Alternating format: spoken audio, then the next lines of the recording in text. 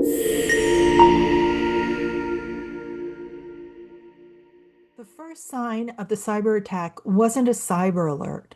It was a water system behaving in a way it shouldn't.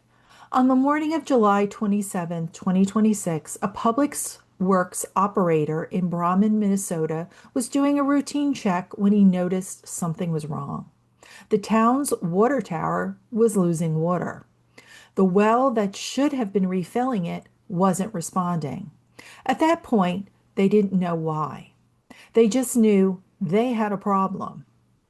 I'm Anne Marie Vandenherk, Executive Crisis Readiness Advisor. My work sits at the intersection of crisis readiness and governance, specifically decision authority under pressure. And this incident illustrates something every organization operating critical infrastructure needs to think about. I call it the anomaly-to-authority gap. It's the space between the moment a physical system starts behaving abnormally and the moment the right person has both enough information and the authority to act.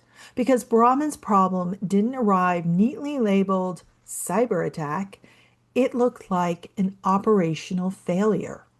And the community still needed water.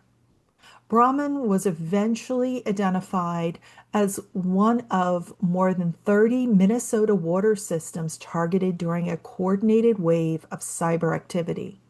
Attackers had disrupted controls associated with the town's well and water treatment plant. Residents were asked to conserve water while officials worked on the problem. A backup was restored relatively quickly, and there was no reported impact to water quality. So this wasn't a catastrophic event, and that's exactly why I think it's useful. Because look at what had to happen before anyone had the complete technical picture. Someone had to recognize that this wasn't normal. Someone had to decide whether to escalate it.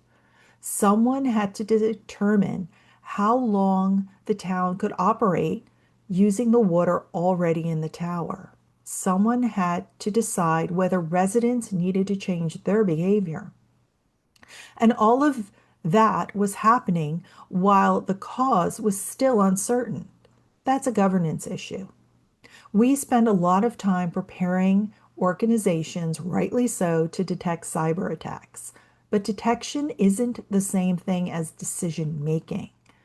And in critical infrastructure, you may not even get a cyber alert first.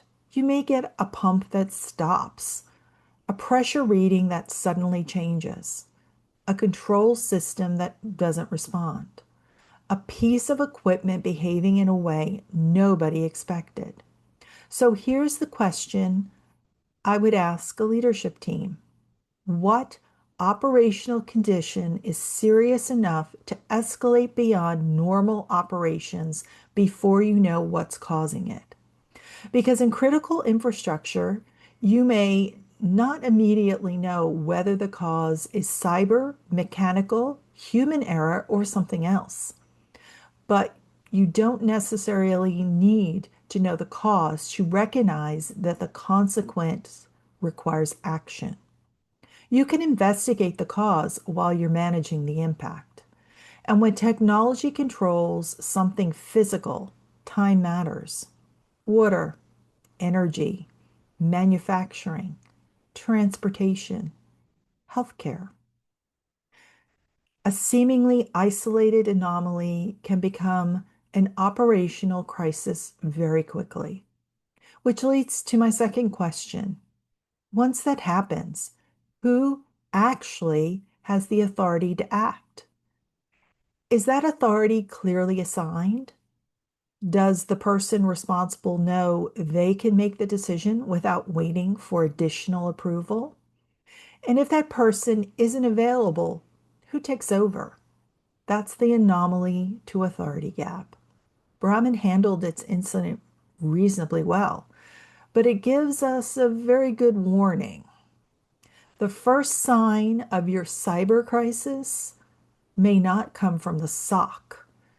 It may come from somebody standing in front of a physical system saying, something's not right. The question is whether your organization knows what happens next. Because when the hack leaves your screen, your decision authority has to move just as quickly as the incident does.